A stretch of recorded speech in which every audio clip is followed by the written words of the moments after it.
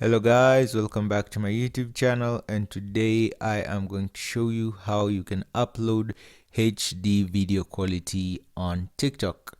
So let's dive in.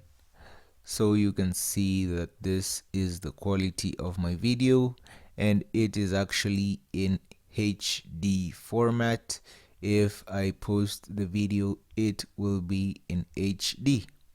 And you can see in the posting section that there is no option of how you can actually enable it. So I'm going to show you how you can do it.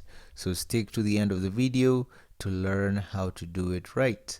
So the first thing we are going to do is to go back into TikTok, and the first thing that you want to do is to go ahead and click on profile.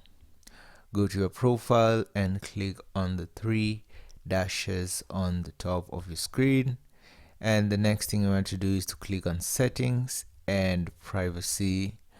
Go ahead and click on settings and privacy, and we are going to scroll all the way down to data saver. Scroll all the way down to data saver, and you can see that mine has been switched off. And what that does is it enables the full capability of your camera, and you should switch yours off if it is on. And that is it, guys. If you found this information helpful, be sure to leave a comment, like, and subscribe.